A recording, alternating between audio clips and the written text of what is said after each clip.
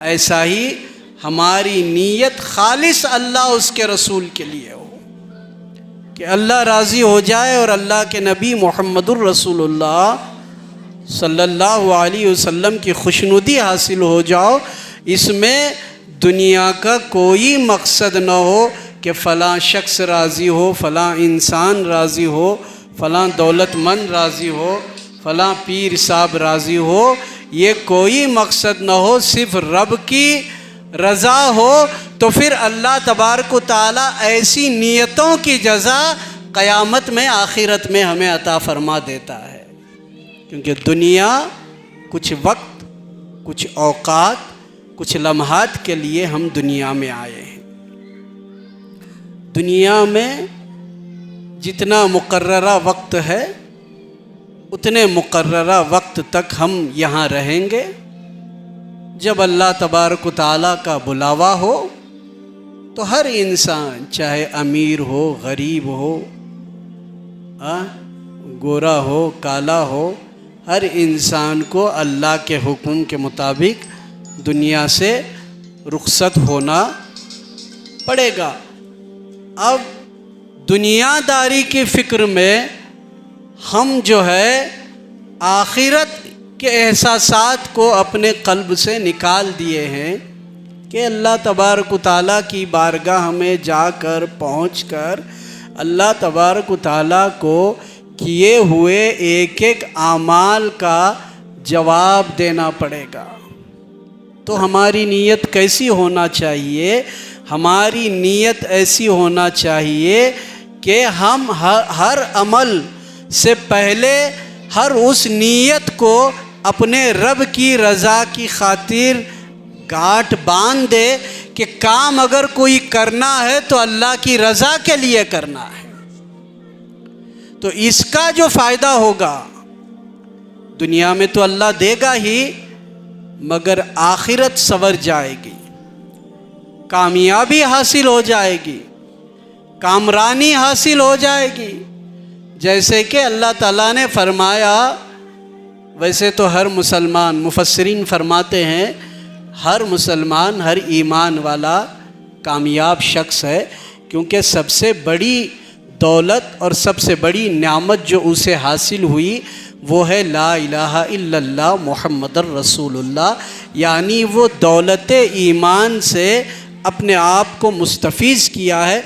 यही उसकी सबसे बड़ी दौलत और अल्लाह की नेमतों में से एक अजीम नेमत उसे मिली, जिसका नतीजा ये होगा कि ईमान लाने के बाद भी वो भले गुनाहगारी की ज़िंदगी बसर करता है और कुछ औक़ात उसे उसकी सज़ा दी जाती है, लेकिन रत्ती के राय के दाने के बराबर भी उस इंसान के दिल में अगर ईमान हो तो उसको जहन्नम से निकाल कर उसकी मग़फ़िरत की जाती है और उसे जन्नत का मुस्तहक़ बना दिया जाता है।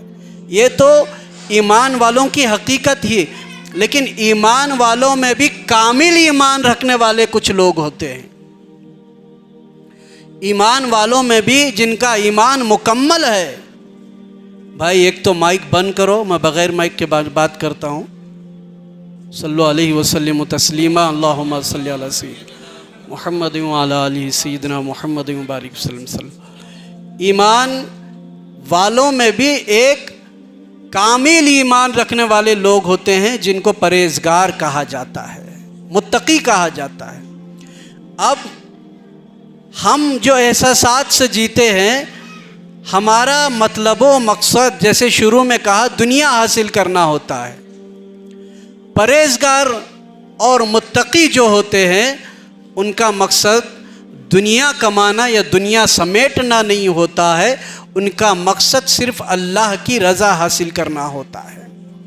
अब अल्लाह की रज़ा अगर हासिल करना है तो कौन सा अमल किया जाए, कौन सा काम किया जाए, किस राह पर से गुजरना पड़ेगा, किस राह पर चलना पड़ेगा, यानी किस रास्ते पर।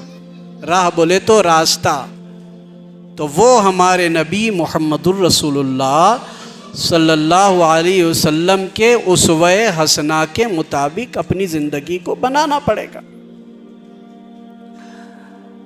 उसवे हसना के मुताबिक जब ज़िंदगी बन जाएगी, क्योंकि अल्लाह पसंद क्या करता है? अल्लाह को पसंद यही चीज़ है कि अल्लाह के बंदे जो इस दौर के हैं या आज से 1400 साल पहले से जिस वक्त हमारे नबी मुहम्मदुर रसूलुल्लाह सल्लल्लाहु अलैहि वसल्लम की बासत हुई या उससे पहले तमाम अंबियाओं से भी अल्लाह ताला ने अपने नबी यानी महबूब खुदा सल्लल्लाहु अलैहि वसल्लम की नबूवत का इकरार लिया, फिर उनको दर्जा नबूवत पर फाइज फरमाया। ऐसा ही इस उम्मत के लिए भी अल्लाह यही चाहता है कि तुम अपनी इबादतों को कबूल करवाना चाहते हो, तुम अपने मामलात में मुकम्मल होना चाहते हो, तुम अपने ईमान को कामिल करना चाहते हो, तो तुम अपनी दिली पसंद को अपने दिल से ख़त्म करो। मेरे मुस्तफ़ा की जो पसंद है उस पसंद के मुताबिक अपनी पसंद को बना लो सल्लल्लाहु अलैहि वसल्लम। अपनी पसंद ख़त्म करके अपने इरादे को छोड़कर नबी पाक अलैहिस्सलातु सलाम की पसंद को अपनी पसंद मानने वाले को ही मोमिन और मुसलमान कहा जाता है। कि नबी की जो पसंद है, सरकारे दो आलम सल्लल्लाहु अलैहि वसल्लम ने जो पसंद फरमाया, उन पर ईमान लाने का मकसद क्या है? तुम बोलेंगे हमारी पसंद भी पसंद होती है, तुम्हारी पसंद यकीनन पसंद है, मगर तुम्हारी पसंद में नबी खुदा सल्लल्लाहु अलैहि वसल्लम की पसंद शामिल है कि नहीं, इसको तोलना पड़ेगा। कहीं तुम्हारी पसंद तुम्हें जहन्नम की राह पर लेकर जा रही है, तुम वो पसंद करके उस राह पर जा रहे हो जिस राह पर जाने से शैतान खुश होता है, तो ऐसी पसंद दीनदारी में चलने वाली नहीं है। आपको वही पसंद करना पड़ेगा जो रसूल खुदा सल्लल्लाहु अलैहि वसल्लम पसंद फरमाते हैं और जो हुक्म देते हैं शरीयत के कानून में, जो शरीयत के हुदूद आपने बताए हैं, जो कुरान की रोशनी में, उसी के मुताबिक ज़िंदगी बसर करने वाला कामिल ईमान वाला कहलाता है, परहेज़गार कहलाता है, मुत्तकी कहलाता है। तो मेरे अजीज़ भाइयों, ये नीयत इतना बड़ा काम कर जाती है कि अल्लाह को राज़ी करने की नीयत हो, रास्ते से गुज़र रहे हैं, रब को राज़ी करने के लिए किसी के पाँव से अगर कांटा भी निकालते हैं तो अल्लाह को वो अदा पसंद आती है, वो तुम्हें जन्नत का मुस्तहक बना देता है। सारी जद्दोजहद, सारी कोशिश, सारी मेहनत एक ही काम के लिए हो रही, वो है जन्नत। जैसा आदमी दुनिया में रहो को दिन रात पसीने निकाल रहा है, क्यों निकाल रहा है? वो देखता है कि मेरे पड़ोसी का बंगला 1 करोड़ रुपये का है और मैं 30 लाख के बंगले में रह रहा हूँ। अब पड़ोसी का बंगला देखकर बेचारे की नीयत ख़राब हो जा रही है और वैसा बंगला बनाने की कोशिश में कब्र तक जाने की नौबत आ गई। सूद ले लिया, ब्याज ले लिया, बंगला कुछ बनने को तैयार नहीं। कैसा बनेगा? तुम्हारी मेहनत में अपने रब की रज़ा शामिल है क्या, उसको देखो। तुम किसी पर हसद करके कि अल्लाह ने उसको दिया तो मैं भी वैसा ज बनूंगा, नहीं। अल्लाह ने जो उसको दिया वो उसके तकदीर में था और जो मुझे दिया वो मेरे तकदीर में था, और मुझे जो दिया उसका शुक्र है। अल्लाह ने मुझे जो दिया उसका शुक्र। ऐसा ही हम लोग जो है दुनिया में जैसे कश्म में लगे हुए हैं, इसी तरीके से हर वो अमल के ज़रिए जन्नत कैसे हासिल होती है, इस फिक्र में हम लगे हुए हैं कि ये काम करेंगे तो जन्नत मिल जाएगी, वो काम करेंगे तो जन्नत के मुस्तहक बन जाएंगे। आप उस काम, उस नेमत की फ़िक्र क्यों कर रहे हो जो नेमत अल्लाह ताला ने ईमान वालों के लिए ही बनाई है? हमको क्या ज़रूरत है कि हम उसकी फ़िक्र करें कि हमें जन्नत कैसे मिलेगी? नहीं, जन्नत तो ईमान वालों के लिए ही नेमत रखी गई है और जहन्नम उन लोगों के लिए है जो शर का काम करते हैं। तो अल्लाह तबारक व तआला तो उसके हबीब सल्लल्लाहु अलैहि वसल्लम के सदक़े में जन्नत अता फरमाएगा, मगर जन्नत से बढ़कर भी एक नेमत है, वो है अल्लाह तबारक व तआला का कुर्ब हासिल करना। जन्नत तो खुदा की नेमतों में से एक नेमत है। अरे तुम आकाए दो जहां की उम्मत हो, जन्नत क्या? सरकार ने फरमाया जन्नत की ख्वाहिश रखते हो, अपने माँ के कदमों के नीचे जन्नत है। यानी माँ का अदब करो, एहतराम करो, तुम्हारे हक में जन्नत लिख दी जाएगी। तुम्हें जन्नत की फिक्र में इबादत करने की ज़रूरत नहीं जैसे सौदागर लोग करते हैं। हमें तो अपने रब की रज़ा हासिल हो इस नीयत से इबादत करना चाहिए और रज़ाए इलाही के लिए इताअत मुस्तफ़ा सल्लल्लाहु अलैहि वसल्लम होना ज़रूरी है। रसूल खुदा सल्लल्लाहु अलैहि वसल्लम की इताअत, आइन इताअत के मुताबिक मोमिन और मुसलमान को ज़िंदगी बसर करेगा तो वो पूरा इंसान, कामिल इंसान भी बनेगा और मुकम्मल ईमान वाला भी कहलाएगा। माफ़ करना, हम में मतलब परस्ती बहुत आ गई है। हम लोग मतलब के भूखे हो गए हैं। इबादत भी करते हैं तो ज़ाती मतलब और ज़ाती मकासिद के लिए इबादत करते हैं। क्यों? इतना कमज़ोर दिल बनाने की ज़रूरत क्या है? अल्लाह ताला ने फरमाया मैं अपने बंदे के शय रग से भी करीब हूँ। क्या फरमाया? शय रग से। क्यों फरमाया उसने? ताकि बंदे को इस बात का एहसास रहे कि तेरा अमल, तेरा काम और तेरे रोज़मर्रा की ज़िंदगी गुजारने के तरीक़ेकार तू किसी और से उम्मीद बनाने की ज़रूरत नहीं। तू रात के अंधेरे में भी मुझे पुकारेगा तो मेरी ही ज़ात वहदहू ला शरीक है जो तेरी मदद फरमाने वाली है,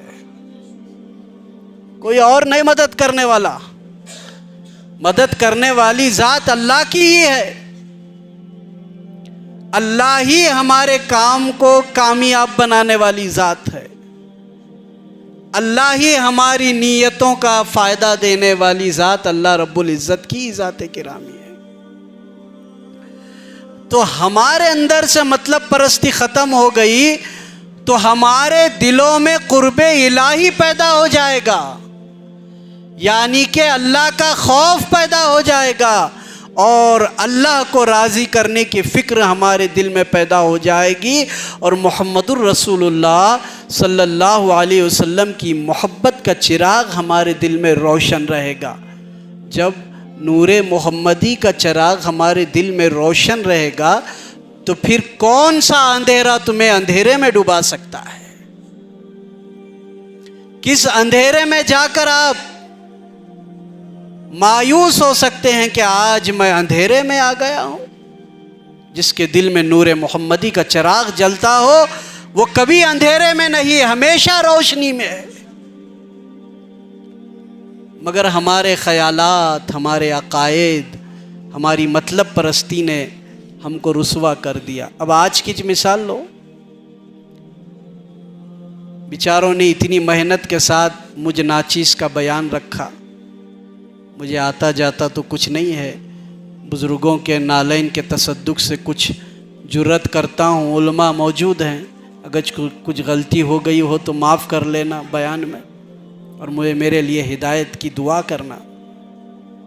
कितनी मेहनत से बेचारों ने आज का प्रोग्राम रखा, मगर हमारे आने वाले लोग यही इरादे से आ रहे होंगे अभी तो मगरिब हुई है, अभी नात होगी, अभी तिलावत होगी, फिर हज़रत का बयान आधा घंटा गुजर जाना, फिर जाएंगे, बयान होती नमाज पढ़ेंगे, नमाज पढ़े बरो डेक खुलती है। मतलब परस्ती, मैं जनरल बात कर रहा हूँ, मैं बहुत बड़ा आलिम नहीं तो मुफ्ती नहीं, हमारे अंदर की मतलब परस्ती। और वो किसका भी चिल्ला रहता था,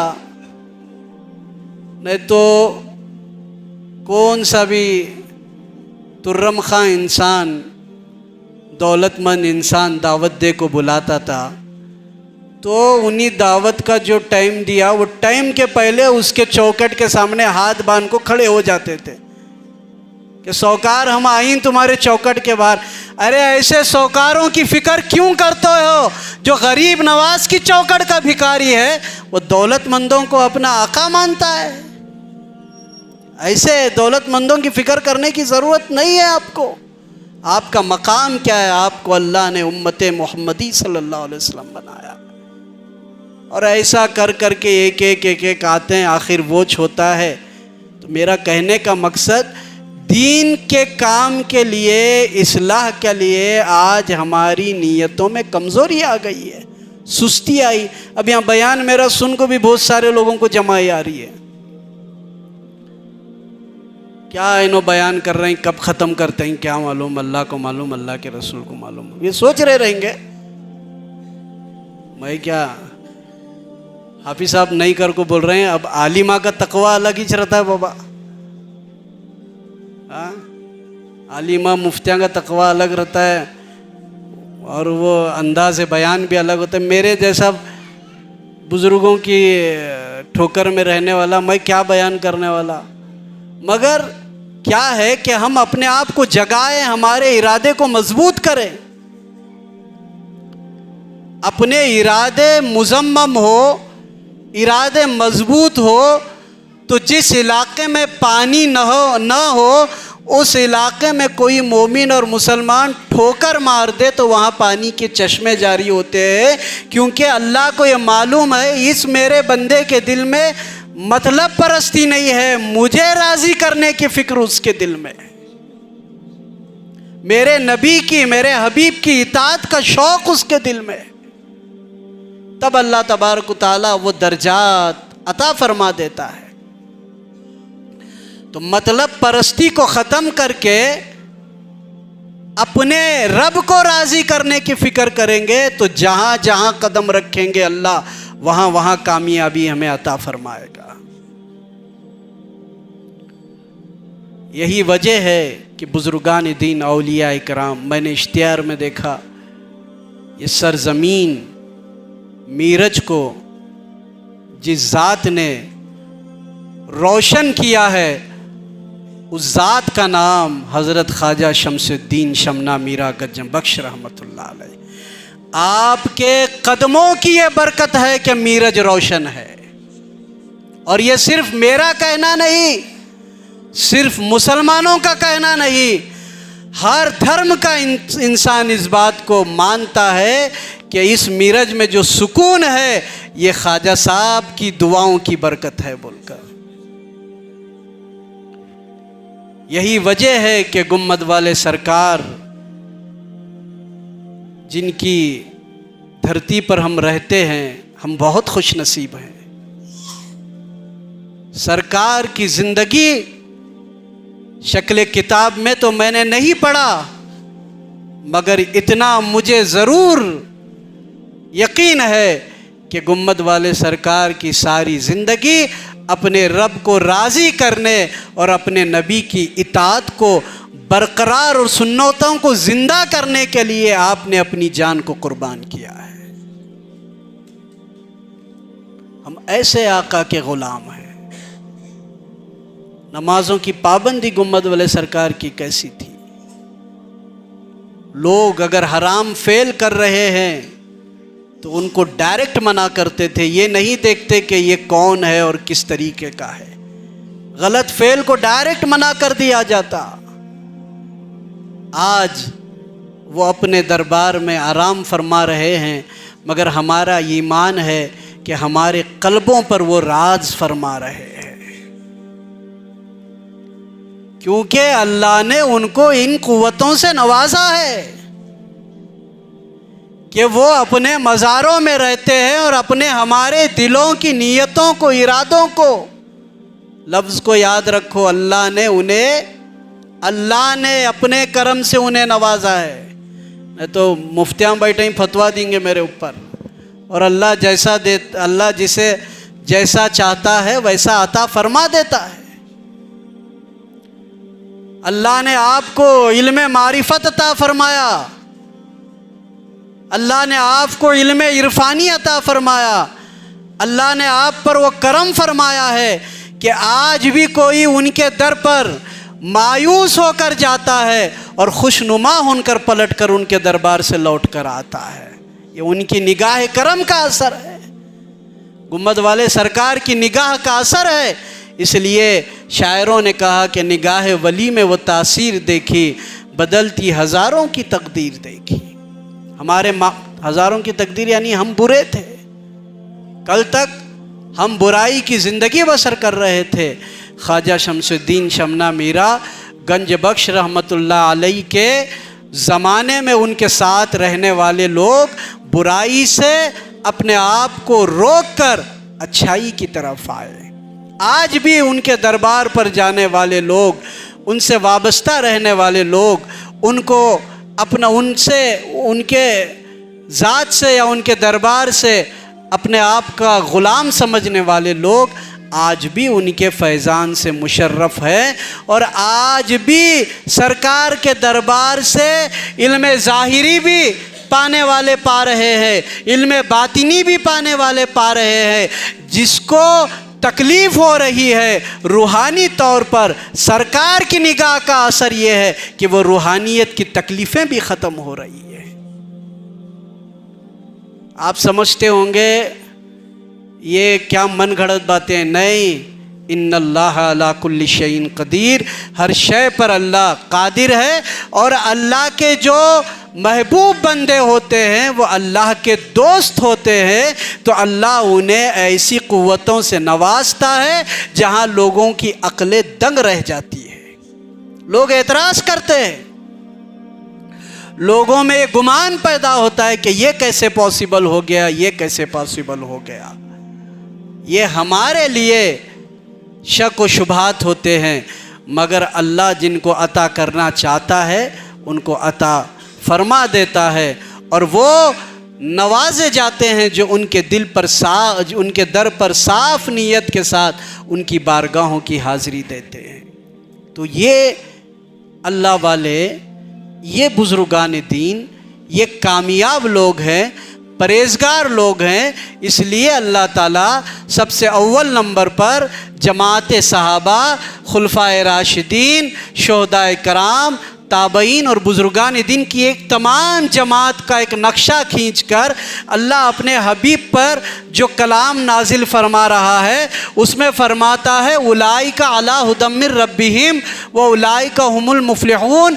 अपने रब की तरफ से यही लोग कामयाबी पर हैं और कामरानी पर हैं। कौन से लोग? यही जो परहेज़गारी की ज़िंदगी बसर करते हैं।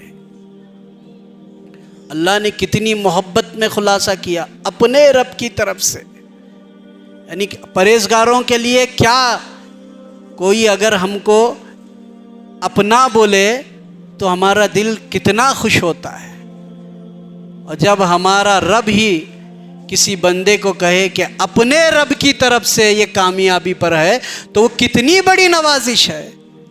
उसकी कोई इंतहा है? कोई इंतहा नहीं। नवाजने वाली ज़ात अल्लाह की है, कामयाब करने वाली ज़ात अल्लाह की है।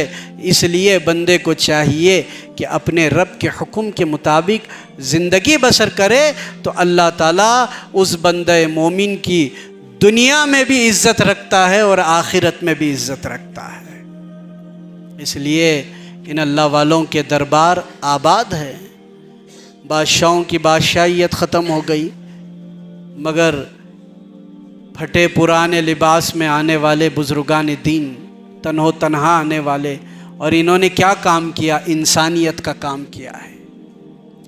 इनकी यही फ़िक्र होती थी कि कोई इंसान इनके दर से नाराज़ होकर ना जाए, क्योंकि ये सारी मखलूक अल्लाह की मखलूक है। अल्लाह खालिक है, हम सब मखलूक है।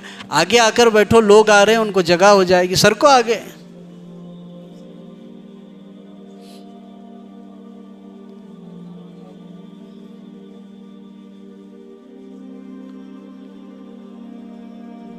सल्लल्लाहु अलैहि वसल्लम तस्लीमा। अल्लाहुम्मा सल्ली अला सय्यिदिना शफीना व हबीबना मौलाना मुहम्मदिन कमा तुहिब्बु व तरदा बि अन तुसल्ली अलैहि।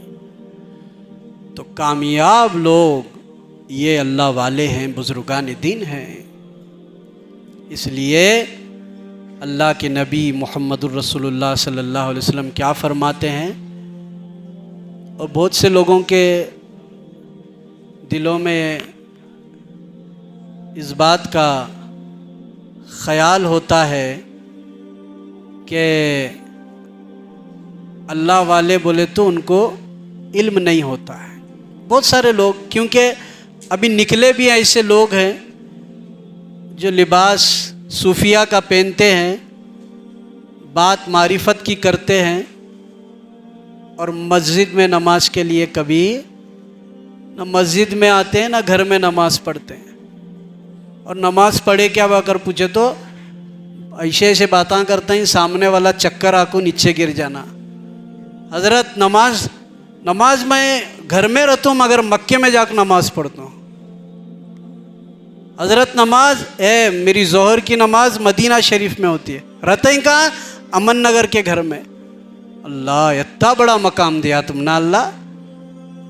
वैसा रहता था तो सिद्दीक़ अकबर रज़ियल्लाहु अन्हु कभी नहीं बोले मैं मस्जिद नबवी के हुजरा, वहाँ हुजरा करीब है, घर में रहता हूँ मगर मेरी नमाज मस्जिद नबवी में होती बोल को नहीं बोले। पहल करे, हुजरे से निकले, मस्जिद नबवी में जाकर नमाज अदा करे। न फ़ारूक़ आज़म का कभी ऐसा अमल देखा, न उस्मान गनी, न मौलाए कायनात, न शोहदाए कराम। और अभी नीले पीले पीले हरे जुब्बे पहन को ऐसी ताकत दिया करते अल्लाह, रहता ही अमन नगर में, न तो भी कौन सी भी गाँव में नमाज का मक्का में पढ़ते हैं। बाद में वो हज़रत का खाना भी मक्का और मदीने में छोता रहेगा, घर में की खाता ही। तो मैं हमारे सिलसिले के तरीक़त के लोगों को इन गुमराहियों से बचाने के लिए खुल्लम खुल्ला बोल रहा हूँ। कोई आग का बारिश कराता है, कोई करामत दिखाता है, कोई आसमान पर उड़ता है, तो वो वली नहीं। वली वो है जिसकी ज़िंदगी में इताअत रसूल नज़र आता है सल्लल्लाहु अलैहि वसल्लम, उसवे मुस्तफ़ा का तरीक़ा कार नज़र आता है, वो वली होता है। अगर और वो जो वली होता है वो कभी ये कहता नहीं है कि मैं वली हूँ। जो बोलता है मैं वली हूँ, समझ लेना क्या तो ख़तरा है यहाँ बोलकर। और इसमें धोखा दौलत का नहीं, इज़्ज़त का नहीं, ईमान का ख़तरा है। देखो ये गुम्मद वाले सरकार ख्वाजा गरीब नवाज़ रहमतुल्लाह अलैहि, बाबा फरीद गंज शक्कर रहमतुल्लाह अलैहि, टॉप लेवल के बुज़ुर्गों की सारी तारीख़ पढ़ो, यहाँ तक के गौसुल आज़म क़द्दसर्रुल अज़ीज़, मौलाए कायनात, पंजत नेपा, सबकी तारीख़ पढ़ो। कभी उन्होंने अपनी ज़ात को लेकर लोगों के सामने कुछ बात कही है क्या कि हम ऐसे हैं? नहीं, बस यही कहते कि कुरान के मुताबिक अपनी ज़िंदगी को ज़िंदगी का गुजारा करो और नबी करीम सल्लल्लाहु अलैहि वसल्लम के फ़रमान के मुताबिक ज़िंदगी गुजारो, तो अल्लाह तुम्हें जन्नत जैसी नेमतों का मुस्तहक़ बना देगा। मेरे अज़ीज़ भाइयों, ये आयत पढ़ने में तो छोटी है मगर इसका मफ़हूम बहुत वसी है।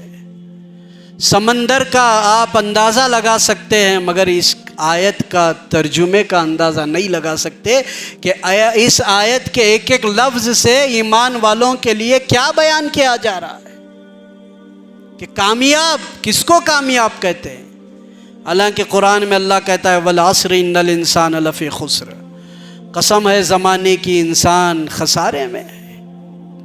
फिर कहा जा रहा है कामयाब लोग हैं, कामयाब से मुताबिक, कामयाब से बात ये नहीं कि दुनिया की कामयाबी आखिरत की कामयाबी जब हासिल हो उसको मुकम्मल कामयाबी कहा जाता है।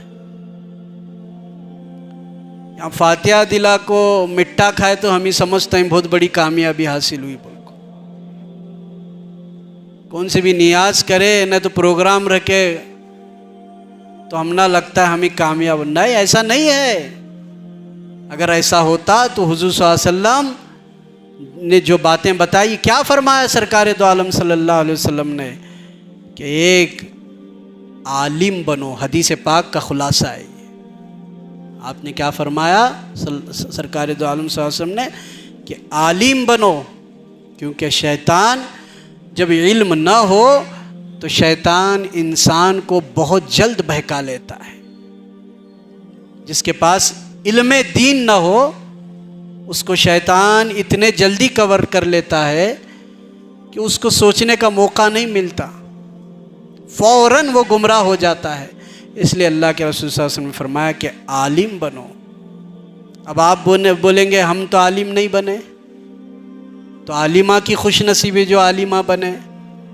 अब आलिमा की खुश नसीबी जो आलिमा बने, उनका जो साइड इफ़ेक्ट है उसको भी अल्लाह के रसूल सल्लल्लाहु अलैहि वसल्लम ने बयान फरमाया है। मैं उसका भी जिक्र करना चाहूँगा।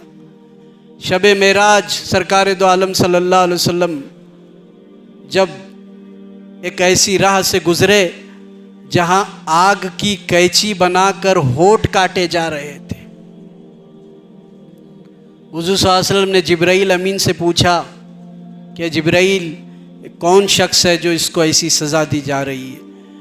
तो जिब्राईल अमीन ने कहा या रसूल अल्लाह आपकी उम्मत में से है। फरमाया सज़ा क्यों ऐसी दे रहे हो? कहा कि ये वाज़ो नसीहत किया करता था, लेकिन जिन चीज़ों के लिए वाज़ो नसीहत करता था उस पर इसका खुद अमल नहीं था। आलिम जिसके लिए हुजूर फरमा रहे हैं वो मकाम और है। फिर एक तवील हदीस है, उसको मैं अभी बयान करना मुनासिब नहीं समझूंगा। तो हुजूर सल्लल्लाहु अलैहि वसल्लम ने रास्ता कैसा बताया? आलिम बनो। अब हमारे मिस्त्री हैं यहाँ, मैं हूँ, फलां शख्स हैं, न तो वहाँ बुजुर्ग लोग बैठे हैं, इन्हों क्या करना, परेशान होने वाले इन्हों। जन्नत भी आलिमा के हिस्से में, दुनिया का मिट्टा भी आलिमा के हिस्से में, दुनिया की बिरयानी भी आलिमा के हिस्से में। हम ही क्या करना कि तो हमारे पास इल्म नहीं। बोले तो क्या कामयाब? बोले तो आलिमा। तो हुज़ूर सल्लल्लाहु अलैहि वसल्लम ने किसी को अधूरा नहीं छोड़ा। फरमाया अगर आलिम नहीं बन सकते तो कम से कम तालिब इल्म बनो, इल्म हासिल करो। अब तालिब इल्म का तो मामला ये है कि शुरू ज़िंदगी से लेकर कब्र में जाने तक उन्हें इल्म हासिल कर सकता है। उसमें रुकावट नहीं, उम्र का तकाजा नहीं है। उम्र लंबी है, दाढ़ी लाल हुई है, न तो काली हुई है, मैं इल्म कैसा हासिल करना? नहीं, आप बूढ़े हुए हैं, इल्म बूढ़ा नहीं हुआ है। आप इल्म हासिल कर सकते हैं। फिर तालिब इल्म यानी इल्म की तलब में इल्म हासिल करने वाले लोग, कामयाब लोग। तो अगर आलिम नहीं बन सकते, इल्म हासिल नहीं कर सकते किसी उस्ताद के पास जाकर, तो कम से कम इतना करो कि जो आलिम बयान कर रहा है, जो वाज़ो नसीहत कर रहा है, जो नसीहत हो रही है, जाकर समाअत किया करो। जैसे कि आज की मजलिस, माफ़ करना मैं आलिम तो नहीं हूँ, मैंने शुरू में ही कहा, मगर जो नसीहत की जा रही है उस नसीहत पर आप आकर बैठेंगे और सुनेंगे तो 1000 बुरे कामों में से एक अच्छा काम करेंगे, तो उस एक अच्छे काम से आपको आदत नेकी की लगती जाएगी और वो 1000 के 1000 बुरे काम ख़त्म हो जाएंगे और आप अच्छे काम करना शुरू कर देंगे। जब सुनेंगे तो एक आलिम का मकाम हुआ, एक तालिब इल्म। और जो इस उम्र में आकर लोग परेशान हो जाते हैं तो क्या करना, तो उनको चाहिए कि बार बार आलिमों की महफिल में बैठा करें, बार बार सुना करें, कि उनसे क्या मिलता है, कुरान का तर्जुमा कैसे बयान किया जाता है, नमाज के तरीक़े कार कैसे बयान किए जाते हैं, मसाइल वज़ू कैसे हैं, नमाज जनाजा क्या है, शादी करना क्या है, वो तो सब कुछ मालूम है, छोड़ो शादी क्या कैसा करना, किस तरीके से करना, नमाज जनाजा क्या है, रिश्वत लेना कैसा है, सूद खाना कैसा है, ब्याज के धंधे करना कैसा है, ये तमाम चीज़ों का इल्म अगर तुम पढ़कर नहीं सीख सकते तो किसी आलिम की महफिल में बैठो, वो आपको सही रास्ता बता देगा। ये हदीस का खुलासा बयान कर रहा हूं मैं, मेरी ज़ाती बात नहीं है।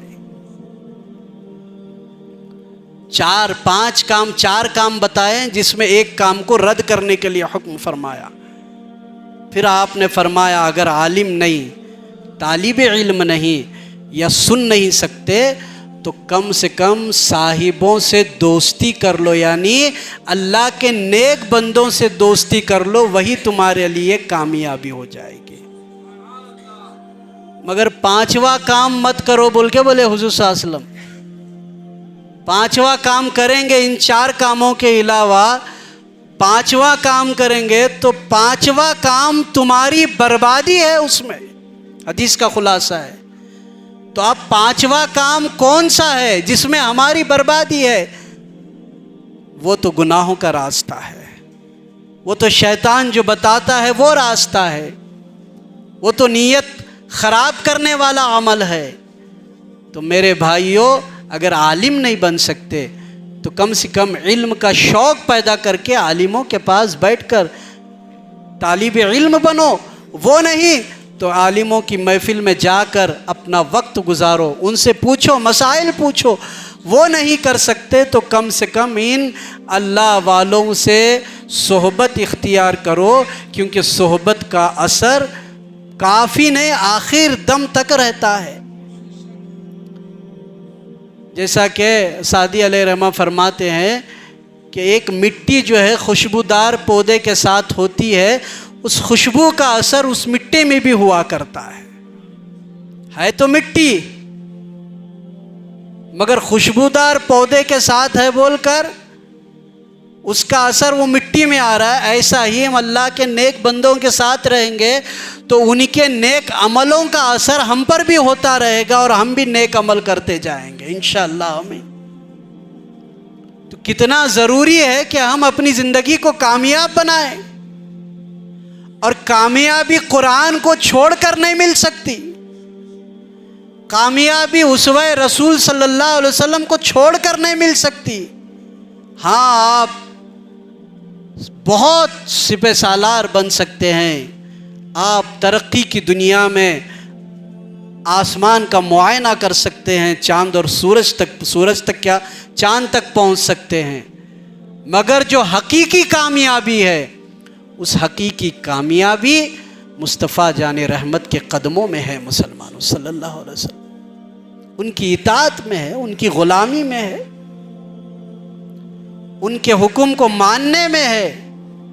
अपनी आखिरत को अगर संवारना है, इसलिए अल्लाह ने फरमाया ये किताब हिदायत का रास्ता दिखाने वाली किताब है।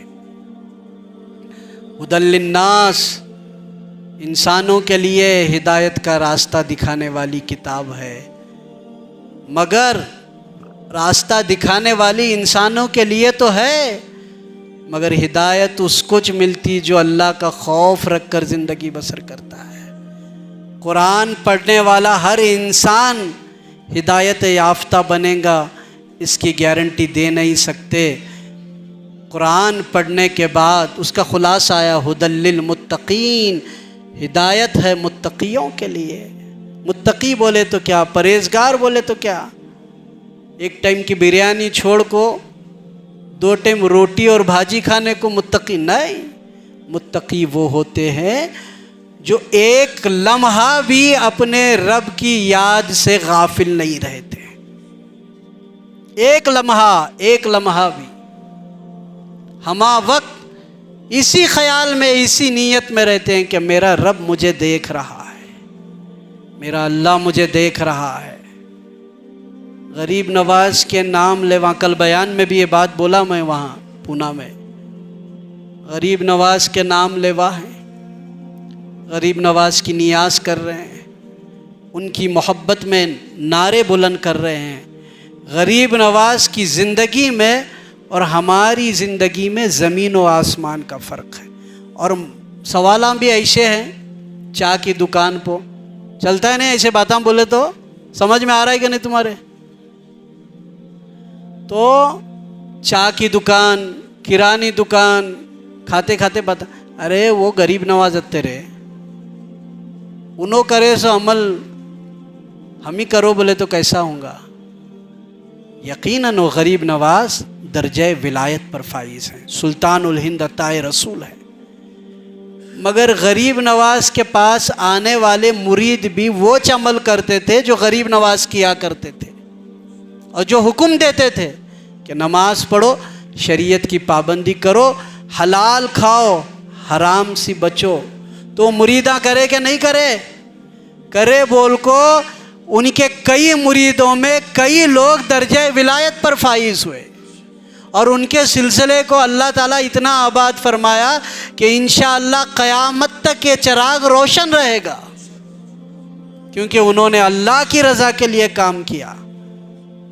हम कैसा करना, गरीब नवाज काम कर, अरे हमें वो काम करो नहीं करे तुम ना, कि आना सगर का पानी कटोरे में लेकर आओ कर को नहीं बोल रहे। नहीं तो वो एकला जादूगर बेचारा अल्लाह के एक होने पर चैलेंज करके उनको परेशान कर रहा था।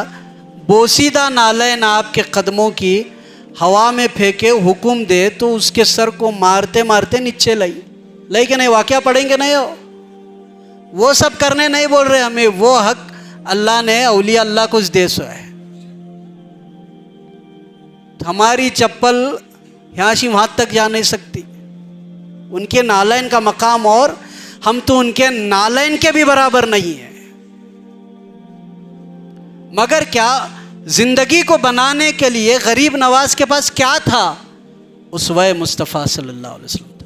वही कुरान और सुन्नत की रोशनी में ख़ुद ज़िंदगी बसर करे, मुरीदों को ताक़ीद दे, वही चीज़ को फॉलो करने वाले लोगों में इंसानियत भी पैदा हो गई, सच्चाइयत भी पैदा हो गई, हलाल चीज़ और हराम चीज़ की पहचान भी पैदा हो गई। तो हम भी गरीब नवाज के मानने वाले हैं, ख्वाजा साहब के चाहने वाले, और मोहब्बत का तकाजा ये है कि आका जो कह रहा है ग़ुलाम उसके मुताबिक ज़िंदगी बसर करे। आका बोल रही नमाज पढ़ो, ग़ुलाम खाली उनकी याद में मस्त हो को मज़े नमाज पढ़ने की। अब बोला नहीं शुरू में मैं, कहाँ होती नमाज? मक्का में होती कहते। हमें माफ़ करना, गरीब नवाज के सिलसिले से इतने सब उलमा मुफ्तियाँ परहेज़गारां रहो को, इनकी नमाज अमन नगर में रहो को जुम्मा मस्जिद में नहीं हो रही, घर में बैठे बाद में लोग जाना पड़ता है वहाँ तक, और हुक्म है, फ़र्ज़ है मस्जिद तक जाना। यहाँ तुम्हारी इज्जत दिखाने के उस तर तुम ना बोले सो नहीं, ये अल्लाह का फ़र्ज़ है, 5 वक्ता नमाज अदा करना पड़ेगा अगर सच्चा मोमिन और मुसलमान है। और नमाज नहीं पढ़ा तो गुनाहगार होगा, नमाज का मुनकर बनेगा तो ईमान से खारिज हो जाएगा। इतनी बड़ी दौलत को अपने सामने रखकर दर दर हम भटकते हैं। हर बीमारी, जिस्मानी बीमारी, रूहानी बीमारी का इलाज नमाज में है। ब्रेन ट्यूमर अगर होता है तो यहाँ वहाँ जाने की ज़रूरत नहीं, सजदा सही जैसा हुजूर सल्लल्लाहु अलैहि वसल्लम ने बताया, जैसा फ़िक़ा ने बताया, वैसा सजदा करे तो ट्यूमर की बीमारी ख़त्म हो जाती। कमर में परेशानी है, सही रुकू करे, सजदा करे तो कमर की बीमारी ख़त्म हो जाती। अब हम ना कुर्सियाँ की, अब मैं भी कुर्सी पर पढ़ता हूँ। अब मस्जिद में जितना खित्ता मस्जिद का है, सारे खित्ते पर कुर्सियाँ नज़र आता है, और हम ना बाहर फिरते टाइम कुर्सी याद नहीं आती। किसका भी कुछ लेक्चर सुनते रहेंगे ना, तो प्रोग्राम में गए रहेंगे तो 1-1 घंटा जाको खड़े होकर सुनता ही। मगर अल्लाह तबारक व तआला की बारगाह में आए तो अपने आप को कमज़ोर बना कर आते हैं। तीर लगी मौलाए कायनात को तो ये नहीं बोले मुझे कुर्सी ला कर दो, कुर्सी पे नमाज पढ़ता हूँ बोल को। पिंडली में तीर लगी थी, अब तीर कब निकालना बोल के बोले पूछे तो अपने साथियों से कहते हैं कि जब हालत नमाज में हूँ उस वक्त तीर निकाल लेना। मौलाए कायनात नमाज में गए, तीर निकाल ली गई। मौलाए कायनात फरमाते हैं मुझे ख़बर भी नहीं हुई आपने तीर कैसे निकाली। हमने नमाज में कांटा भी छुपा है तो 2 फुट ज़मीन से ऊपर उड़ते हैं हमें, ये तो हमें नमाज में रहते ज नहीं। अल्लाह अकबर कर को बोलते ही ख्याल जाता है दुकान में, ये बजे इतने बजे गिराक आए सो रहता है, अब वो गिराक गया रहेगा मेरा, ये हमारा ख्याल। यानी हमारा ईमान कमज़ोर। मगर जो ईमान वाला है वो नमाज बेफिक्र होके पढ़ता है, क्योंकि गिराक देना और रोज़ी देना वो रब के इख्तियार में है। जब तक रब नहीं चाहेगा मेरी रोज़ी में कोई कमी नहीं ला सकता, इस पर भी ईमान हो। धंधों पर झूठ बका जाता है और लोग बोलते हैं झूठ नहीं बोलेंगे तो धंधा नहीं होगा, तो गोया क्या हुआ, ईमान झूठ पर चला गया कि जब तक झूठ नहीं बोलेंगे, गोया तुमने खुदा से बढ़कर झूठ को बना लिया कि झूठ बोलेंगे तो हमारा धंधा होगा। अरे वो रब है, रहमान और रहीम है। तुम सच्चाई के साथ ज़िंदगी बसर करो। चोरों का गोद भर रहा है तो ईमान वालों का गोद नहीं भरेगा। वो रब है हमारा, पालनहार है। अल्हम्दुलिल्लाह रब्बिल आलमीन आया है कि नहीं कुरान में? रब किसको कहते हैं? पालने, और पाल रहा है कि नहीं हमारे को? कोई हो कोई न हो तो भी पाल रहा है। शाम का आदमी, सुबह का आदमी भूखा निकलता है, रात को पेट भर के रोटी खाकर सोता है। ये अल्लाह के करम के बगैर हो नहीं सकता। किसी न किसी के दिल में बात पैदा कर देता है कि फ़लाँ इलाके में, फ़लाँ मोहल्ले में, फ़लाँ चौपाटी पर, कट्टे पर उसके दिल में बात आती है। दुकान से रोटी लेता है, देखता है एक फ़कीर बैठा है, उसको जाकर वो रोटी देता है। फ़कीर रोटी खाकर अल्लाह का शुक्र अदा करता है। रोटी देने वाला भी अल्लाह का शुक्र किया तो कामयाब। रोटी देकर ये कहा कि मैंने इसको रोटी खिलाई तो उसका ईमान कमज़ोर है, क्योंकि तेरे हक़ में नहीं, ये किसी को रोटी खिलाने वाली ज़ात अल्लाह रब्बुल इज़्ज़त की है। उसने तुम्हारे दिल में ये बात पैदा की, इसलिए तुम जाकर वहाँ रोटी दिए। वो अगर बात पैदा ही नहीं करता दिल में तो तुम कहाँ से पहुँचते? तो एक मोमिन और मुसलमान की ज़िंदगी का क्या सरमाया होना चाहिए? कामयाबी की फ़िक्र करना चाहिए, ख़सारे से बचना चाहिए, और ख़सारे से बचने के लिए इल्म के करीब आना चाहिए, इल्म सीखना चाहिए। फ़िक्रमंद मत हो, मैं जल्द तकरीर बंद करूँगा इंशाअल्लाह। लेकिन अल्लाह ताला हिदायत दे रहा है तो मैं खुलासे से बात करना चाहता हूँ आप लोगों के सामने। सल्लु अलैहि वसल्लम तस्लीमा, अल्लाहुम्मा सल्लि अला सय्यिदना शफ़ीना हबीबना व मौलाना मलजाना मुहम्मद व अला आलिहि सय्यिदना मुहम्मद व बारिक सल्लल्लाहु अलैहि। इस चीज़ को पलटा देने में वक्त नहीं लगता है। सिर्फ इंसान को चाहिए कि मुज़म्मम इरादा कर ले। कल तक नमाज नहीं पढ़ता था, राह गुमराही पर था, अपने रब की बारगाह में सजदा रेज हुआ, अपने रब से तौबा मांगी कि मालिक मेरी ज़ाहिरी और बातिनी हकीकत को जानने वाली ज़ात सिर्फ तेरी है। मैं कितना बुरा हूँ इसको सिर्फ तू जानता है। दुनिया की आंखों में मैंने धूल झोंका है, मगर तुझसे मेरा कोई राज छुपा नहीं है। मेरे हर गुनाह कबीरा सगीरा को तू माफ़ फरमा। तो वो ऐसा रहमान और रहीम है कि उस इरादे को ज़ुबान से निकलने से पहले उस बंदे की तौबा कबूल कर लेता है। मगर उसके बाद जैसे एक जानवर के थन से दूध निकलने के बाद दोबारा उस थन में दूध दाखिल नहीं हो सकता, ऐसा ही गुनाहों की राहों से तौबा करने के बाद दोबारा गुनाहों की राह पर जाने का इरादा भी नहीं करना चाहिए। तो फिर वो तौबा होती है।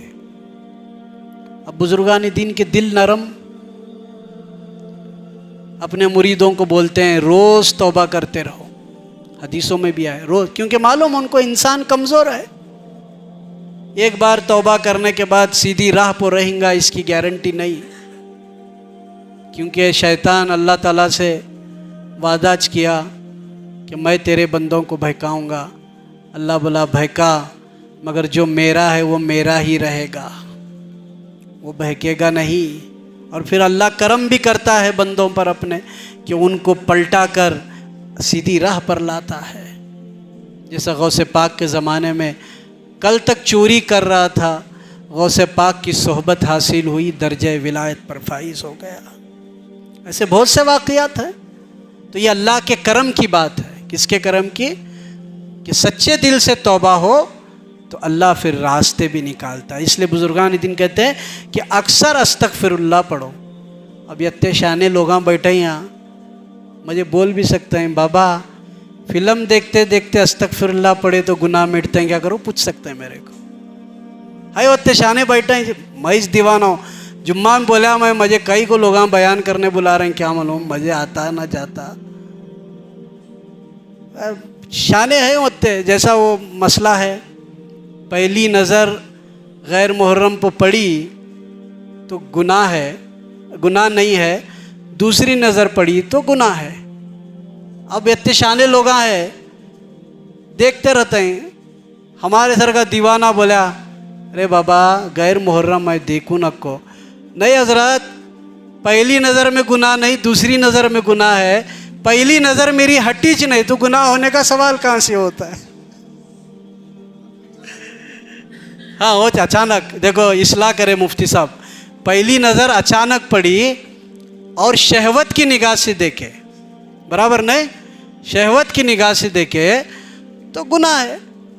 अब इतने शाने लोग हैं, हमारी दूसरी नज़र पड़ी ज नहीं तो गुनाह कहाँ से होने वाला? वैसा फिल्म के सामने बैठ को अस्तगफिरुल्लाह अस्तगफिरुल्लाह मेरे इनके सर का मौलाना, अरे बाबा पिक्चर की देख रहा है? ए नहीं, मैं अस्तगफिरुल्लाह पढ़ रहा हूँ। वो जितना देख रहा है पूरा मिट रहा है, मेरे गुनाह पूरे ख़त्म होते जा रहे हैं। हमारे अब्बा एक मिसाल देते थे कि घर घर से दूध जमा करो और उसमें नमक डालो तो दूध बाकी रहेगा, दूध की हैसियत बाकी रहेगी नहीं, फट जाएगा। ऐसा ही हर नेक काम करेंगे फिर बुराई में मुब्तला हो जाएंगे तो नेकी काम आने वाली नहीं है। बुराई को ख़त्म करने के लिए एंटीबायोटिक क्या है? वो है नेकी। जैसे बीमारी में एंटीबायोटिक का ज़रूरत होती है, बीमारी को ख़त्म कर दिया जाए, ऐसा ही बुराई से बचने के लिए नेक लोगों के सोहबत में रहो, नेकी करते रहो, अच्छा अमल करते रहो तो अल्लाह ताला हमारी ज़िंदगी को, हमारी इबादतों को अपनी बारगाह में कबूल भी कर लेता है और उससे मिलने वाले जो नेमतें हैं उसके भी हम मुस्तहक बन जाते हैं। क्योंकि रास्ता दिखाने की ज़ात तो अल्लाह की ही है। जैसे कि अबू जहल हुज़ूर सल्लल्लाहु अलैहि वसल्लम के करीब रहा लेकिन हिदायत से महरूम रहा। और फ़ारूक़ आज़म का मामला देखो, आए कुछ इरादे से, अल्लाह ने उनके मुक़द्दर में हिदायत के रास्ते खोल दिए थे। जैसे ही सरकार दो आलम सल्लल्लाहु अलैहि वसल्लम का चेहरा देखे, अशहदु अल्ला इलाहा इल्लल्लाह व अशहदु अन्ना मुहम्मदन अब्दुहु रसूलुहु पढ़कर इस्लाम में दाखिल हो गए। ऐसा ही है, मगर कोशिश करने का इस्लाम में हुक्म है। जैसे हमारा लिबास गंदा होता है और जिस्म पर हम उस लिबास को पहनने से पहले उसको निकाल कर जहाँ लिबास धोया जाता है वहाँ धोएंगे नहीं साबुन लगाकर, वो पाक होने वाला नहीं। लिबास जिस्म पर है इतना ही कहते जा रहे हैं कि मुझे लिबास धोना है, धोना है, धोना है, तो वो काम होने वाला नहीं। ऐसा ही घर में बैठ को मस्जिद में जाना है, जाना है, जाना है बोले तो मस्जिद में तुम जा नहीं सकते। उसके लिए पहल करना पड़ेगा, आना पड़ेगा, मस्जिद में जाना पड़ेगा। अब रिश्वत की बात मेरी ज़बान से निकली थी। रिश्वत भी बहुत बड़ा गुनाह है। हम जगह जगह पर रिश्वत देते हैं, बचना चाहिए। क्यों अपने आप को गुनाहों में मुब्तला कर रहे हैं? ऐसे ही माँ बाप की नाफरमानियाँ हैं। माँ बाप को नाराज़ करके कोई भी कामयाब हो नहीं सकता। माँ बाप का अदब, एहतराम, हाँ उनकी ज़िंदगी में अगर हमसे लग़ज़िश हुई है तो आज भी अल्लाह ने वो वक्त दिया है कि उनकी क़ब्रों पर जाकर तौबा करो, माफ़ी तलब करो। अल्लाह माफ़ करने वाला गफ़ूरुर रहीम है, रहमानुर रहीम है। तो इसलिए अल्लाह ने कुरान में फ़रमाया, वक्त काफ़ी हो गया, कि ज़ालिकल किताबु ला रैब फ़ी, ये किताब में कोई रैब नहीं है, इस किताब में कोई शक नहीं कर सकता। क्या नहीं कर सकता? कि ये किताब अल्लाह की है, खालिक की है, क्या मखलूक की है? मखलूक की है बोलकर शक करेगा तो उसका ईमान ख़त्म। दूसरी सूरत, अगर इस किताब में कमी बेशी है ये भी शक करेगा तब भी उसका ईमान बाकी नहीं रहेगा। इसलिए अल्लाह ने फरमाया, ज़ालिकल किताबु ला रैब फ़ी, इस किताब में कोई रैब नहीं, कोई शक नहीं। बग़ैर शक व शुबा के कबूल कर लेना कि अल्लाह की किताब है, इसी को ईमान वाला कहा जाएगा। आगे की आयत में आया, हुदल लिल मुत्तकीन, हिदायत है मुत्तकियों के लिए। बहुत तफसील लंबी है इसकी, अब वो सब करने की ज़रूरत नहीं है। युमिनून बिल गैब, गैब पर ईमान रखो। अल्लाह ने दुनिया में भेजने से पहले इस दुनिया को बनाया, नूर मोहम्मदी सल्लल्लाहु अलैहि वसल्लम को बनाया, उसी नूर मोहम्मदी सल्लल्लाहु अलैहि वसल्लम से सारी कायनात को बनाया। ये तमाम चीज़ें गैब में आई। फिर तुम्हें दुनिया से जाना है, फिर उठना है, फिर अल्लाह के सामने खड़े रहना है, फिर जवाब देना है। और अल्लाह है मगर दिखता नहीं है, इस बात का यकीन रखो। युमिनून बिल गैब, इस बात का यकीन रखो, यानी मुस्तफ़ा जाने रहमत सल्लल्लाहु अलैहि वसल्लम फरमा रहे अल्लाह है, एक है, इस बात का यकीन रखो। सवाल मत करो अल्लाह कहाँ है, कैसा दिखता है, मत सवाल करो, क्योंकि अल्लाह को ना नाक है, ना आँख है, ना ज़ुबान है, ना उसकी कोई औलाद है। वो बेअयब है, वो समद है, वो पालनहार है, वो रब है। अपने नबी के ज़ुबान से निकले हुए अल्फाजों पर शक मत करो कि अल्लाह के नबी सल्लल्लाहु अलैहि वसल्लम ये बात कैसे मुमकिन है कि अल्लाह है और दिखता नहीं है। ऐसे सवालात मत करो। करने वालों ने ऐसे सवालात किए हैं, हुज़ूर सल्लल्लाहु अलैहि वसल्लम के सामने लोगों ने ऐसे भी सवालात किए जिनके मुक़द्दर में ईमान नहीं था। अल्लाह ताला ने कहा कि ऐ मोहम्मद सल्लल्लाहु अलैहि वसल्लम, इनके पीछे मत लगो, हमने इनके दिलों पर मोहर लगा दी है। हिदायत देना हमारे इख्तियार में है। युकीमून अस्सलात, नमाज कायम करो। नमाज कायम करो तो नमाज कैसा कायम करना? अच्छी सूरत में भी नमाज कायम करना। कायम से मुराद पढ़ना, और तकलीफ़ में भी नमाज पढ़ना। सबसे बड़ी मिसाल हमारे नज़रों के सामने है नमाज के बारे में। कौन सी किताब पढ़ को हवाले ढूंढने की ज़रूरत नहीं। हम जिनके आशिक हैं, जिनको इमाम हुसैन रज़ी अल्लाह तआला अन्हु कहा जाता है, कैसी नमाज कायम करें। बच्चों को उनके हल्क़म में तीर चुभाए जा रहे हैं, खून के फव्वारे निकल रहे हैं, कबीले का कबीला, ख़ानदान का ख़ानदान अपने रब की राह में क़ुरबान हो रहा है। इमाम पाक कहते हैं वक्त नमाज है, वज़ू का पानी लाओ, तयम्मुम करने दो और मुझे नमाज अदा करने दो। कैसी नमाज, कैसा कायम किया नमाज। आज हमारे पास सब कुछ है, मगर नमाज के लिए हमारा दिल जो है उठ जाता है। क्यों उठता है? अल्लाह तबारक तआला जिससे नाराज होता है उससे सजदों की तौफीक छीन लेता है। तो नमाज नहीं पढ़ने वाले इस बात का ख्याल करें कि तुम जो नमाज को नहीं आ रहे, यहाँ अल्लाह की तौफीक से तुम महरूम रह रहे, क्योंकि तुमने ऐसा अमल किया है कि तुमसे तुम्हारा रब नाराज है।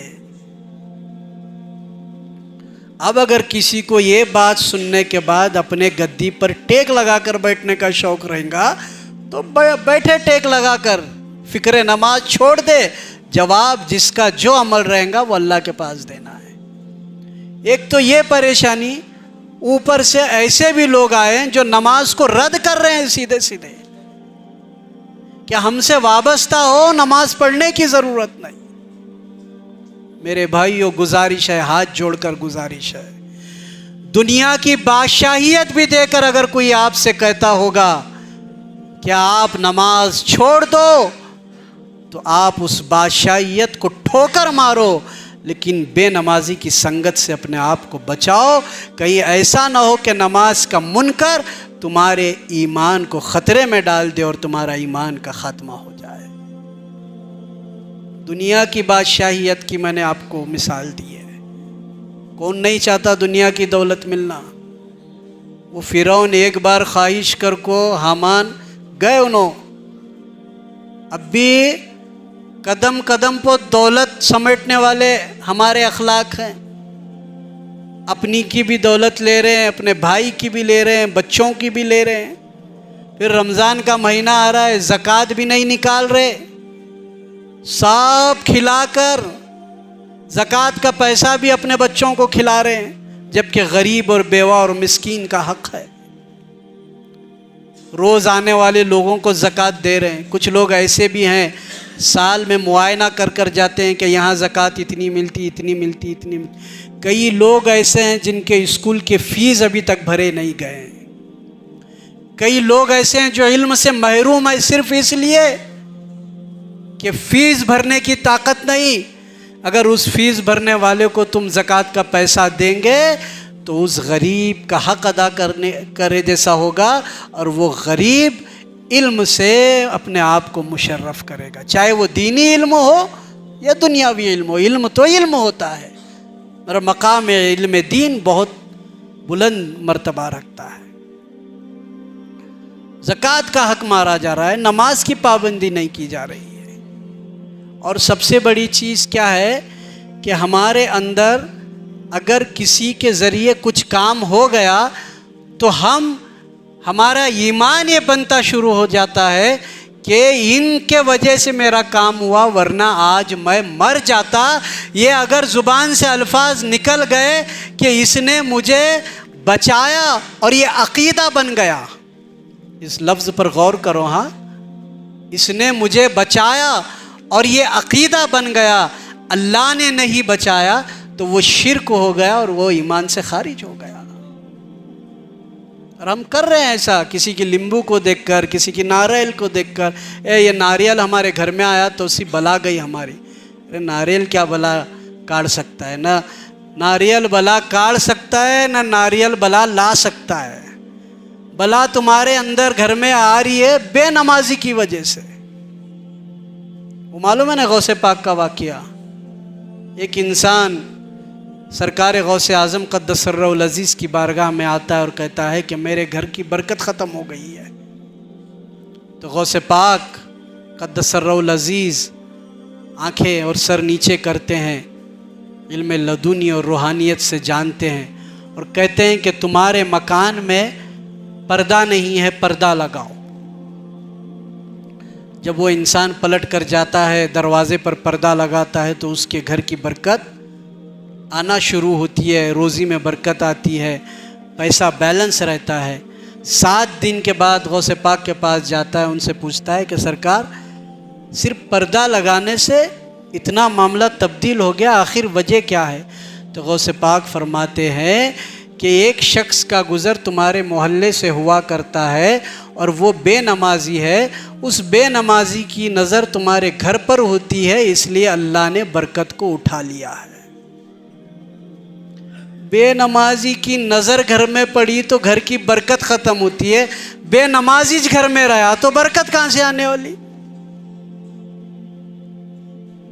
4 भाइयाँ हैं तो 4 भाइयाँ बेनमाजी, 5 है तो 5 बेनमाजी। माँ बाप बोले अरे जा बा नमाज़ पढ़।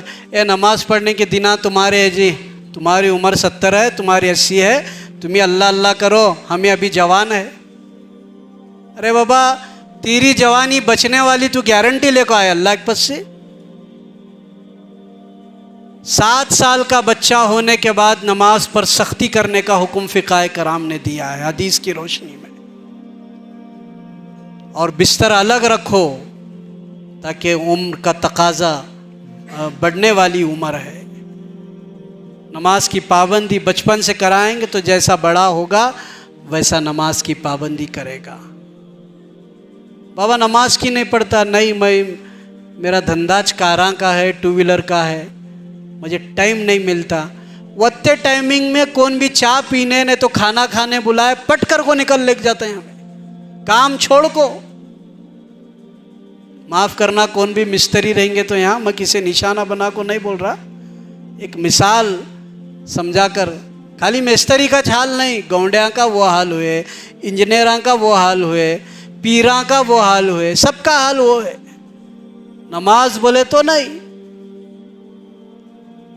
फिर सुस्ती काहिली, फिर शबे बारात में पूरी मस्जिद जमा हो जाती।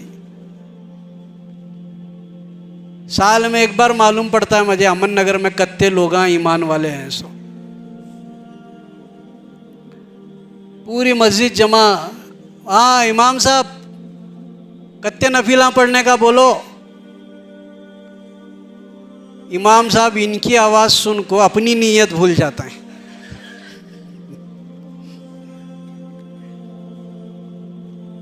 कौन सी नमाज बोलना हुआ कि नहीं पेशवाम तुम्हारे साथ वैसा?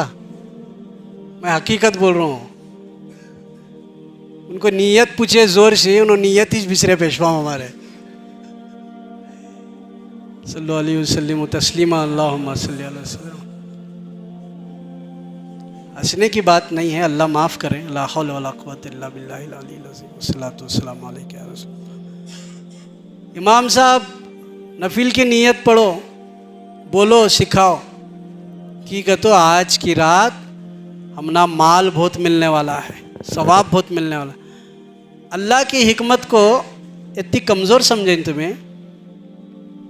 उन्हें भी क्या बोला, शबे बारात में मैं नवाज दूँ मगर उन्हीं शिरक करे सो नहीं रहना, मेरी ज़ात में किसे शरीक करे सो, माँ बाप की नाफरमानी करे सो नहीं रहना, शराब पे सो नहीं रहना, और जादू भी किसके ऊपर करे सो नहीं रहना। ऐसा रहेगा तो ऐसे इंसान को मैं माफ़ कर दूँ, उसकी तौबा ये अमल कर को उस रात आको हज़ारों नफिल भी पढ़ा तो उसकी तौबा कबूल होने वाली नहीं। हाँ, जो अमल करता था उस अमल से बचने की तौबा करेगा और आइंदा ऐसा अमल नहीं करेगा तो वो कामयाब इंसान रहेगा। जादू करता था, छोड़ दूंगा जादू करना। माँ बाप की नाफरमानी करता था, आज के बाद माँ बाप का फरमा बरदार बन जाऊंगा। झूठ बोलता था, आज के बाद झूठ नहीं बोलूँगा। अल्लाह की हिकमत भी बड़ी।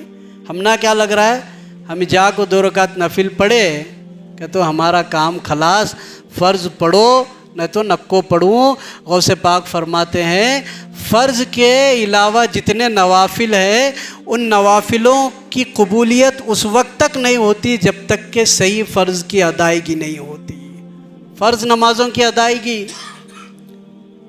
साल भर नमाज नहीं पढ़ते, शबे बारात में आको नफिल पढ़ को समझते हैं अल्लाह हमना बहुत उन्हीं नवाजता रहेगा तो वो उसके करम की बात है। मैं उसूल की बात कर रहा हूँ, उसके करम को कोई रोक नहीं सकता। उन्हीं किसे कैसा नवाजेंगा वो उसके इख्तियार की बात है। मगर उसूल जो बताए हैं कि शिरक नहीं करना, जादू नहीं करना, किसके दुकान में बरकत ख़त्म हुई तो कौन से भी बाबा पर जाको हज़रत हमारे दुकान की बरकत ख़त्म हुई, ज़रा हमना क्या तो ऐसा इलाज कर को दो, उसके बरकत ख़त्म होना हमारे अंदर उन्हों भी सब मिला को लपटा को देते हैं, जा बाबा तेरे आज से तेरे यहाँ बरकत आती है, उसका खाना ख़राब होता है। और जादू एक ऐसी चीज़ है जिसका कुरान में ज़िक्र आया है कि ये चीज़ों का असर होता है, मगर ईमान वाले को चाहिए अपने रब पर भरोसा रखे, क्योंकि उन असरात को ख़त्म करने वाली ज़ात भी अल्लाह रब्बुल इज़्ज़त की ज़ात है। इसलिए फरमाया गया कि कुरान से जुड़े रहो ताकि ऐसे बलाइयात तुम्हारे घरों में दुकानों में दाखिल ना हो। सूरे फलक है, सूरे नास है। तो मेरे अज़ीज़ भाइयों, बहुत वक्त मैंने लिया, मेरा ख़्याल है मेरी माँ बहनें भी जो है शायद ख़िताब सुनने के लिए आई हैं। मेरी मुअद्दिबाना गुजारिश है कि अमन नगर में ख़वातीनों का मदरसा शुरू कर दिया गया है, जिसमें 2 आलिमा हैं और मुकम्मल आलिमा है। एक हमारी ताजपुरी शाही साहब की बेटी साहिबा है और दूसरी जो है शमशुद्दीन शेख। दोनों बच्चियां मेहनत कर रही अपने जगह पर। आपका काम है कि आप अपने घरों के ख़वातीनों को और बच्चों को वहाँ भेजें ताकि कुरान तजवीद के साथ पढ़ना उनको आ जाए। और जो बच्चे हैं उनके लिए अरबी ग्रामर का भी इंतज़ाम कर दिया गया है। रिपोर्ट्स मेरे पास डेली आ रहा है कि कितनी औरतें आ रही हैं, कितने बच्चे आ रहे हैं। खुशी की बात है, मगर इस काम को करना है तो सबको मेहनत करना पड़ेगा। सब वहाँ जो टाइमिंग है जाकर देखें, एडमिशन कराएं। और टाइम कितना है? 2 या 3 घंटे का टाइम है, फिर पलट कर आपको अपने घर पर आना है, ताकि आप कुरान और इल्म से जुड़े रहेंगे तो राह गुमराही से बचेंगे। क्योंकि ये ज़माना आपके ईमान को लूट रहा है। इसलिए मेरे वालिद ने कहा कि कोई चोर गठरी के पीछे पड़ा है। ये ईमान की जो गठरी है, इसके पीछे चोर पड़ा है कि इसका ईमान छीन लिया जाए। फिर अल्लाह से दुआ करते हैं कि मेरा खौफ से दिल धड़क रहा है कि कहीं मेरे ईमान को नुकसान ना पहुँचे। इलाही बचा ले, इलाही बचा ले, तू ही है मालिक हमारे ईमान की हिफाजत करने वाला। ऐसे ऐसे जय्यद बुजुर्गान दीन ईमान बचाने की फ़िक्र करते थे। हमारे को ईमान बचाने की फ़िक्र तो हमारे दिलों में है नहीं। बाकी दामने शेख क्या मिला, निस्बत मिली मुझे, महशर में मुंह दिखाने की सूरत मिली मुझे, जन्नत में जाने का रास्ता मिला मुझे। ऐसे बातें हम करते हैं। यकीनन दामने शेख इहदिना सिरातल मुस्तकीम की राह बताने के लिए है तो वो मुनासिब है। सिरातल लज़ीना अनअमता अलैहिम, अल्लाह ताला से दुआ मांगते हैं कि अल्लाह ताला उन लोगों की राह पर चला जिन पर तेरे इनामात हुए हैं। तो इनामात किन बंदों पर हुए? जो अल्लाह के महबूब और बरगज़ीदा बंदे हैं, जो अल्लाह की रज़ा के लिए अपनी ज़िंदगी का गुजारा करते हैं, जो अल्लाह के नबी सल्लल्लाहु अलैहि वसल्लम की इताअत के मुताबिक ज़िंदगी बसर करते हैं। उनकी राह पर चला। उलाइकल्लज़ीना अनअमल्लाहु अलैहिम मिनन नबिय्यीन वस्सिद्दीक़ीन वशुहदा वस्सालिहीन। नबीयीन की राह पर, सिद्दीक़ीन और शुहदा की राह पर जब तुम अल्लाह की रज़ा और नबी करीम सल्लल्लाहु अलैहि वसल्लम की सुन्नतों पर अमल करके जाएंगे और दोस्ती अल्लाह की रज़ा के लिए करेंगे, दुश्मनी अल्लाह की रज़ा के लिए करेंगे, तो क़यामत के दिन महशर में तमाम लोग रश्क करेंगे और अंबिया और शुहदा पूछेंगे क्या ये कौन से लोग हैं? क्या ये लोग भी पूछेंगे क्या ये नबी थे, ये शुहदा थे? तो हुक्म होगा ना तो ये नबी थे ना तो शुहदा थे, बल्कि सिर्फ रब की रज़ा के लिए एक दूसरे से मुलाकात किया करते थे, रब की रज़ा के लिए काम किया करते थे।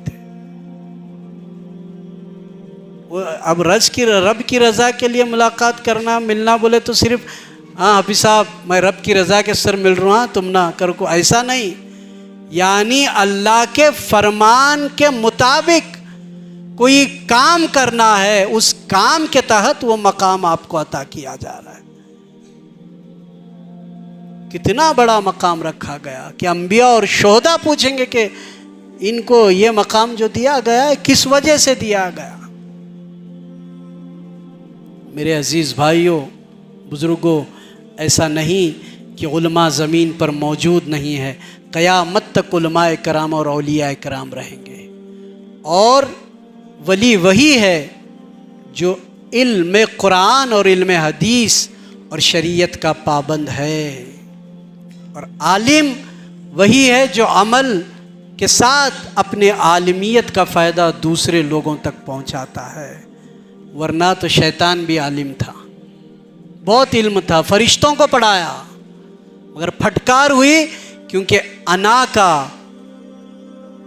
का इर्तिकाब किया तो अल्लाह तबारक व तआला ने उसको ऐसी फटकार दी कि वो लानती बनकर दुनिया में आया। हज़रत आदम अलैहिस्सलाम को भी जन्नत से निकाले अल्लाह, मगर वो नबी तकसीर, उसमें हिकमत इलाही शामिल। अल्लाह ताला ने फरमाया था उस दरख्त के करीब मत जाओ। शैतान बहकाया बोले तो सवालात जहन में पैदा कर दिए। फिर आपको हुक्म हुआ फरिश्तों को कि अल्लाह ताला का क्या हमारे पड़ोस में जो हैं उनको हमारी जन्नत से निकाल दो। आदम अलैहिस्सलाम को वहाँ क्या फरमाने इलाही की बात थी, और ऐसा नहीं था कि हज़रत आदम अलैहिस्सलाम फरमाने इलाही के ख़िलाफ़ अमल करना चाहते थे, मगर उसमें मशीयत इलाही शामिल है, हिकमत इलाही शामिल है। अगर वो दुनिया में नहीं आते तो आप और मैं कहाँ दुनिया में आते। अल्लाह ने एक ज़रिया, वो हिकमत इलाही है, उसकी तफसीर में मैं नहीं जाना चाहता। मगर जब ज़मीन पर आए और जैसे ही मालूम पड़ा कि जन्नत से निकाला जा रहा है तो आवाज़ देकर रोने लगे कि मेरे रब है, मेरे रब है, मेरे रब। तो अल्लाह ताला ने कहा कि आदम, हमसे दूर जाने की फ़िक्र में रो रहे हो? तो हज़रत आदम अलैहिस्सलाम ने कहा नहीं बारी ताला, तेरी नाफरमानी हुई है, इस ख्याल में मैं रो रहा हूँ। ज़मीन पर आए, रिवायतों में आता है कि जब ज़मीन पर उतारा गया तो जहाँ बैतुल्लाह शरीफ है उस मकाम पर उतारा गया, वहाँ सजदे में सर रखे कि नाफरमानी हुई है, और अल्लाह से दुआ मांगते रहे, तौबा करते रहे। तो रिवायतों में आता है कि 40 साल तक आपने सजदे से सर नहीं उठाया था, और बाज़ रिवायतों में आता है कि 40 साल तक आपने आसमान की तरफ देखना भी गवारा नहीं किया। यानी अंदाज़े तौबा, हालांकि वो नबी, मगर हमारा हाल देखो, हमारी तौबा का अंदाज देखो, गौर करो अल्लाह ताला। फिर आपके सामने नाम मोहम्मदी सल्लल्लाहु अलैहि वसल्लम इजहार हुआ तो पूछा ये नाम कौन? मोहम्मद सल्लल्लाहु अलैहि वसल्लम। तो जवाब आया कौन मोहम्मद? ये वो मोहम्मद है, अगर इनके नूर को नहीं पैदा करता तो है आदम मैं तुम्हें भी नहीं पैदा फरमाता, और ना तो मैं कायनात को पैदा फरमाता। तो आपने कहा कि बारी ताला इस नाम अहमद के सदक़े में मुझे माफ़ फरमा दे। तो अल्लाह ताला ने नाम मोहम्मद की बरकत से हज़रत आदम अलैहिस्सलाम की तक़सीर को माफ़ फरमा दिया। आज हम उनकी उम्मत हैं जिनके उम्मत होने की नबियों ने दुआ की। हमारा फ़ेल, हमारा अमल, हमारे काम करने के अंदाज कैसे होना चाहिए? हमसे हर आदमी खुश होकर हमारी तरफ देखना चाहिए कि वाह ये आकाए दो जहां के ग़ुलाम कैसे हुआ करते हैं कि जब इनके पास कोई भूखा आता है तो उसको खाना खिलाया करते हैं, जब कोई प्यासा आता है तो उसको पानी पिलाया करते हैं, जो कोई बेलिबास आता है तो उसको लिबास पहनाया करते हैं। ये होते हैं ग़ुलामान मुस्तफ़ा सल्लल्लाहु अलैहि वसल्लम। ख़ुद गरीब नवाज के दस्तरखान पर रोज़ाना नाश्ते में फाका कशी करने वाले लोग 3-3 हज़ार की जमात नाश्ते में हुआ करती थी। 3,000 मामूली बात नहीं उस ज़माने में। और फिर धर्म देखकर नहीं खिलाया जाता। हिंदू भी आ रहे हैं, मुस्लिम भी है, भाईचारगी का अंदाज ऐसा ही होना चाहिए मुसलमान को। मुसलमान को हक नहीं है कि किसी के मजहब को देखकर अपनी नाक टेढ़ा करे। मुसलमान को यह हक है कि तुम अपने दीन पर कायम रहे, उनका अपना मामला है। गरीब नवाज ने जो अखलाक पेश किए ये उसवे मुस्तफ़ा सल्लल्लाहु, क्यों? एक यहूदी का जनाजा जा रहा था, रसूल खुदा सल्लल्लाहु अलैहि वसल्लम बैठे हुए थे सहाबा के साथ, एकदम उठकर खड़े हो गए। सहाबा ने पूछा, सरकार सल्लल्लाहु अलैहि वसल्लम आप उठकर खड़े हो गए, ये तो यहूदी का। हुजूर सल्लल्लाहु अलैहि वसल्लम ने कहा ये यहूदी है लेकिन इंसान है और उसके सारे कबीले के लोग गम में हैं और मैं बैठा रहूं। यानी इंसानियत का दर्स कैसा दिया हुजूर सल्लल्लाहु अलैहि वसल्लम ने हमको। भूखा आता है तो सरकार दो आलम सल्लल्लाहु अलैहि वसल्लम उसको खाना खिलाया करते थे, क्योंकि अल्लाह ने आपको सारे आलम के लिए रहमते दो जहां सल्लल्लाहु अलैहि वसल्लम बनाकर भेजा। गरीब नवाज को पता चला कि पहाड़ पर भूखे लोग बैठे हैं, अपनी खानका से राशन भेजकर उनके खाने का इंतज़ाम किया। खानकाएँ ऐसी हुआ करती है, खानका खिलाने वाली हुआ करती है, लुटाने वाली हुआ करती है। मुरीद के जेब से पैसा छीनने वाली खानका नहीं होती है, याद रखिए। जिन खानकाओं में पैसा लूटा जा रहा है, मुरीदों के गर्दन पर पांव रखकर ना तो वहाँ पीरी सीधी हो रही है, ना तो वहाँ मुरीदी सीधी हो रही है। खानका का मतलब क्या है कि आप खानका में बैठकर खुदा के पैगाम की बात लोगों तक पहुँचाए, रसूल करीम सल्लल्लाहु अलैहि वसल्लम की सुन्नतों की बात पहुँचाए। और आने वाला आपके पास अगर बेलिबास है, माल नहीं है, तो अल्लाह ने जो आपको दिया है उससे उसका हक अदा करें। तो खानका का मतलब लोगों ने समझाया ढोल बजाना, कव्वाली गाना, ख़त्म हो गई बात। नहीं मेरे भाइयों, अपने आप को न दौलत से, न दुनिया से, न घर आबाद करने से तसल्ली दिल को होती है, खुदा को याद करने से। तो हमेशा खुदा की याद में मशगूल रखो, अपने आप को गुमराही में मत पड़ाओ। अगर हम गुमराही की राहों पर जाएंगे तो अल्लाह की बारगाह में हम क्या जवाब देंगे? नशेखोर बच्चे अगर किसी के हैं तो हमारे बच्चे हैं। रास्तों पर नशे में धूत, माँ बाप की पहचान नहीं है कि ये मेरे माँ बाप जा रहे हैं। बाप ने आवाज़ देकर कहा कि बेटा अब्दुर्रहमान मैं तेरा बाप हूँ, तो नशे में कहता है कौन मेरा बाप, मैं नहीं पहचानता। कौम बर्बाद हो रही है नशे की वजह से, यहाँ से वहाँ तक नशे में गुम लोग। किसी मुसलमान को इस बात की फिक्र नहीं है कि उन नशेखोर लोगों को वहाँ से निकाल कर नमाज की तरफ बुलाए। नहीं हमको फिक्र, हमने बोलते हैं ना हाथ पर हाथ धरे मुंतजरे फरदा है, ऐसा हाल हमारा है।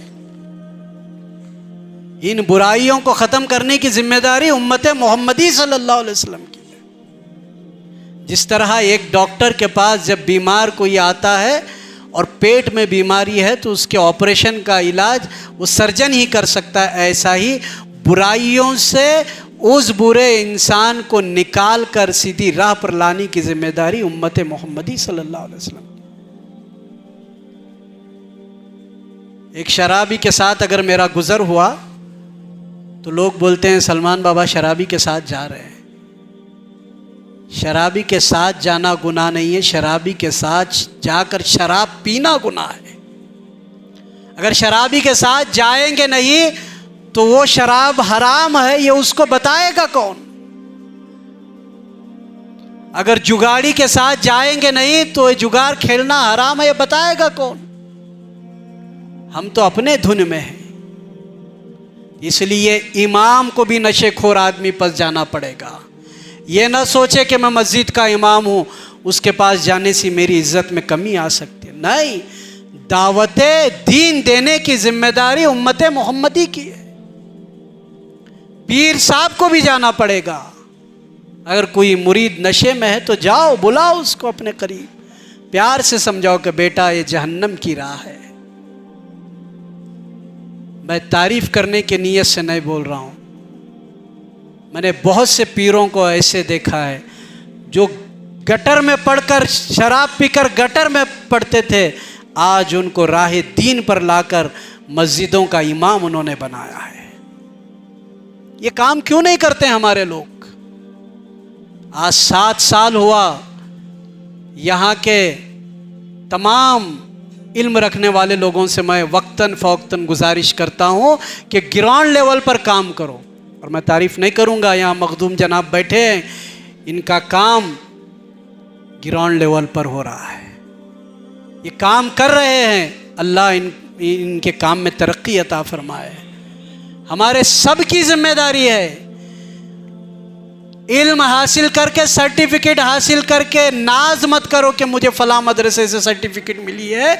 तुम्हारी सच्ची कामयाबी अगर चाहते हो तो क़यामत का दिन उसका इंतज़ार करो कि अल्लाह तुम्हें नूर के मेंबरों से नवाजने वाला है, अगर सही हक अदा करेंगे तो, सही हक अदा करेंगे तो। जाओ नशेखोर इंसान के पास के, नहीं इससे निकल बाहर, जाओ जुगाड़ी के पास, इससे निकल। वो 1 दफ़ा नहीं मानेगा, 2 दफ़ा नहीं मानेगा।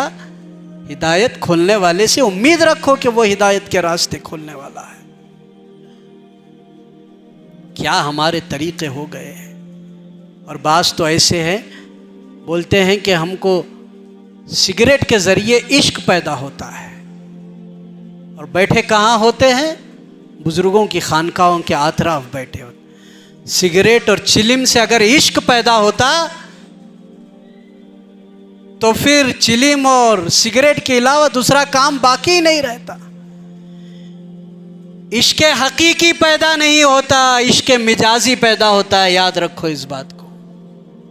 दुनिया का इश्क पैदा होता है और उसी दुनिया के इश्क को वो हकीकी इश्क तो उसके दिल में पैदा होता है जिसके दिल में आकाए दो जहां सल्लल्लाहु अलैहि वसल्लम की मोहब्बत पैदा हुई। इसलिए अल्लाह ने फरमाया फत्तबिऊनी युहब्बिबकुमुल्लाह, मेरी मोहब्बत का दावा करते हो तो मेरे हबीब की इत्तबा करो। और हबीब की इत्तबा के लिए हबीब से मोहब्बत करना ज़रूरी है, हबीब की शरीयत के मुताबिक ज़िंदगी बसर करना ज़रूरी है, तब कामयाबी और कामरानी। मेरे अजीज़ भाइयों, बुज़ुर्गों, काफ़ी वक्त हो गया है। अगर किसी को मेरे बोलने में कुछ बात बुरी लगी होगी तो माफ़ करना, मगर अल्हम्दुलिल्लाह अल्लाह के फ़ज़ल से मेरा साथ देना। कल तक जो किया उसको छोड़ो। आज नियत कर लो कि आज के बाद हम नमाज़ों की पाबंदी करेंगे इंशाअल्लाह। कल तक हम कुरान नहीं सीखे थे, आज हम अपने उम्र का तकाजा नहीं देखेंगे, जाकर कुरान सिखाने वाले के पास बैठकर कुरान सीखेंगे। और सिर्फ मर्द नहीं, औरतें भी। खाली इंशाअल्लाह बोलने से काम नहीं चलने वाला है, पहल करना पड़ेगा। भले ही मुख्तसर जमात क्यों ना हो, जो जमात सुन्नतों पर अमल करती है वही जमात आखिरत में कामयाब होने वाली है। भले वो थोड़े लोग क्यों ना उनके पास हो। यहाँ बोलेंगे इंशाअल्लाह। इंशाअल्लाह बोलने में मुकम्मल इरादा नहीं, मालूम रहता है इंशाअल्लाह बोल को छुट्टी छुड़ा लेना, बाबा करे तो भी बत्ताज, नहीं करे तो भी बत्ताज। ये नीयत से भी इंशाअल्लाह बोलते हैं। इंशाअल्लाह बोले तो मजबूत इरादा कर लेना कि हमने ये कहा है कि अल्लाह चाहे तो हम ज़रूर कहेंगे, और हमारी उम्मीद है कि रब हमारा ये अमल हमसे कराएगा।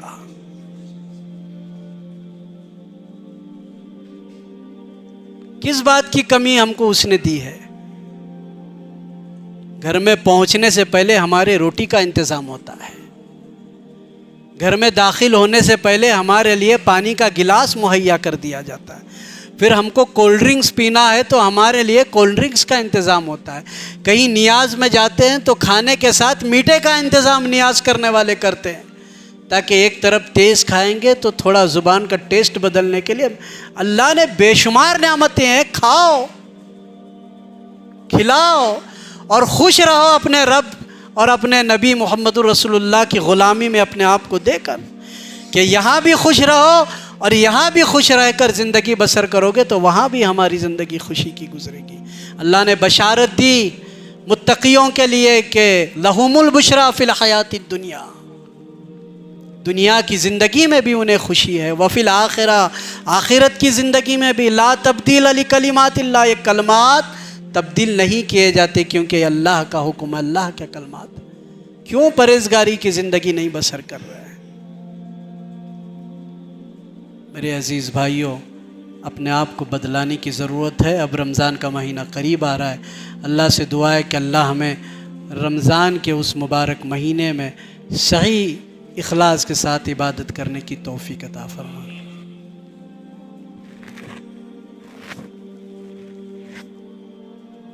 जैसा बयान में बैठ को बेजार आ रहा था, वैसा इल्म सीखते टाइम भी बेजार आता है, सुस्ती आती है। बे का मतलब उस्ताद सिखाते रहे, क्या भाई 10 बार इन्हों बेच रटा रहे हैं। आज एक दिन इनके चुंगल में सपड़ई, आज एक बार यहाँ से निकले, दोबारा इनके पास आने का नहीं। ऐसा वसवसे पैदा करता है शैतान, क्योंकि जैसे नसों में खून दौड़ता है नहीं, वैसा शैतान हमारे रगों में गर्दिश करता है, हदीस है। तो उसके वसवसे को इग्नोर करने का, जैसा बीवी नाराज़ हुई तो बीवी की मोहब्बत में गुस्से में गाली भी दी रही तो इग्नोर करते हैं कि मेरी बीवी है, कर को करते हैं कि नहीं करते? क्या है, कौन भी नहीं बोल रहे। झगड़े होते नहीं क्या तुम्हारे घरा में?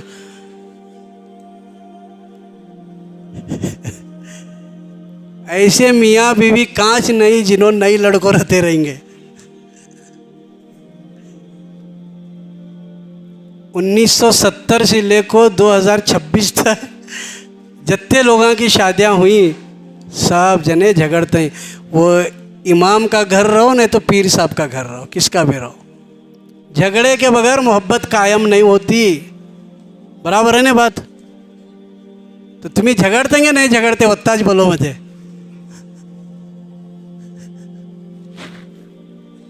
अच्छा है, अगर तुम्हारे बीच झगड़ा नहीं होता रहेगा तो अल्लाह का करम। तो बीवी की मोहब्बत ऐसी गालिब आती है, दी तो दी, बुरा बोली तो बोली, मेरी औरत है, ले बोल को निकल को जाते हैं घर में से। वैसा अपने रब की मोहब्बत अपने ऊपर गालिब करो। उस्ताद के पास बैठने से थोड़ी दिक्कत आ रही, वसवसे पैदा कर रहा है, पैदा कराया तो पैदा करता है कि नहीं, पैदा करने वाला मुझ पर करम कराया तो मेरी बिगड़ी बन जाएंगी बोल के निकल जाओ। तेरे वसवसे से मेरा क्या लेना देना? तू वसवसे पैदा कर, मेरा काम है आलिम दीन के पास बैठ को मैं पढ़ना, तेरे वसवसों को इग्नोर करना। तो फिर वो मुकम्मल 1 महीना 2 महीना गुजरने के बाद तड़प पैदा होती। जब तड़प पैदा होती है तो फिर इल्म की हकीकत और रोशनी से आहिस्ता आहिस्ता आशना होते हैं, यानी उसकी लज्जत मिलती जाती है। जब लज्जत मिलना शुरू होती है तो फिर आप अपने आप को कभी कुरान और हदीस से जुदा रखना गवारा ही नहीं करते। ये बुजुर्गान दीन भर पब्लिक में मेहनत करते थे, रात को आको कुरान खोल को सुबह फजर तक कुरान पढ़ते रहते थे। और जिस दिन कुरान नहीं पढ़े उस दिन लोग पूछे आज हज़रत कुरान नहीं पढ़े, तो बोलते थे आज हमने कुरान नहीं पढ़ा, आज हमको ऐसा लग रहा है हमारा दिल जिंदा है या मुर्दा हो गया है। यानी कितनी मोहब्बत अल्लाह के कलाम से थी उनको। हमारी मोहब्बत कौन भी मरा के तो इसाले सवाब के अस्तर कुरान खोलते हैं। शादी के अंदर बेटी को दहेज के साथ पहले कुरान लेकर आओ, वहाँ से जाको दुकान में सी कि तो पहले कुरान घर में जान दे, अंदर की बला बाहर आन दे। अब वो कुरान वो ना बेटी खोल को देखती है ना दामाद खोल को देखता है। कौन सी भी परेशानी आई, अरे वो कुरान है, ना तो कसम खाने का रहा तो कुरान के ऊपर हाथ रखो, कसम खाता है। मैं कुरान की कसम खा को बोलता हूँ मैं किसका पैसा लिया नहीं, मगर उन्हीं पैसे ले सो रहता है। ऐसा हाल हमारा है। तुम ये क्या भी समझे रहेंगे, मैं इतने अच्छे अच्छे अल्फाजा बना रहा हूँ तो बहुत पाबंद रहूँगा। मैं भी तुम्हारे में का छूँ। जितने बातें मैं करूँ वत्ते बातों पर अगर तुम्हारा अमल होता रहेगा तो मेरे से 1000 दर्जे अच्छा अमल तुम्हारा है। मैं इतने सब बातें कर को एक भी बात को अमल नहीं करता रहेगा तो तुम्हारे से बदतर इंसान मैं हूँ। याद रखो इस बात को। तो मुझे दुआ करो कि अल्लाह मुझे भी अमल की तौफीक अता फरमाए। अली बयान करना बड़ी बात नहीं है, बयान वोच करो जो अमल करता ही। क्योंकि मैं भी इंसान, मैं क्या फरिश्ता नहीं, गलती सबसे होती। मैं कौन सी गलती का इकरार नहीं कर रहा, इंसान की कमज़ोरी समझा रहा हूँ कि इंसान कमज़ोर है मगर उसे कोशिश करना चाहिए, उसको मेहनत करना चाहिए तो अल्लाह मदद भी फरमाता है। तो इंशाअल्लाह नमाज़ों की पाबंदी करेंगे, रिज़्क़ के हलाल की पाबंदी करेंगे इंशाअल्लाह। एकता कॉलोनी इसका नाम है। किसका? एकता कॉलोनी है ना। एकता कॉलोनी बोले तो क्या, एक जहती। अल्लाह ताला इनकी मोहब्बत वैसे ही कायम रखे। और इस मस्जिद में तमाम लोगों ने भी मेहनत की और जो भी शख्स मेरे बरादर अज़ीज़ अल्लाह ताला उन्होंने भी मेहनत की है तो अल्लाह इसका अजर उन्हें अता फरमाए। बस नहीं तकरीर में क्या बोलो, मैं रात भर बैठने तैयार हूँ। हाँ हजरत तुम साफ़ा पहन को आई तुम्हारा जोश अलग है। यहाँ के लोग कब बंद करते हैं घर को, दुआ कर रहे हैं दिला में नो।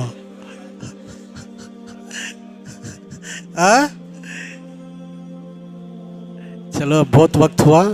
अल्लाह से दुआ है कि अल्लाह ताला हमारी आज की इस मजलिस को उसकी रज़ा और उसके हबीब सल्लल्लाहु अलैहि वसल्लम की रज़ा का एक मुकम्मल एहतमाम करते हुए हमें अमल एहतमाम किए हैं इस और ऐसे ही अमल करते रहें, इसकी तौफ़ीक अता फ़रमाए और अल्लाह की रज़ा हासिल हो, मुहम्मदुर रसूलुल्लाह सल्लल्लाहु अलैहि वसल्लम की खुशनुदी हासिल हो, ऐसा करम हो।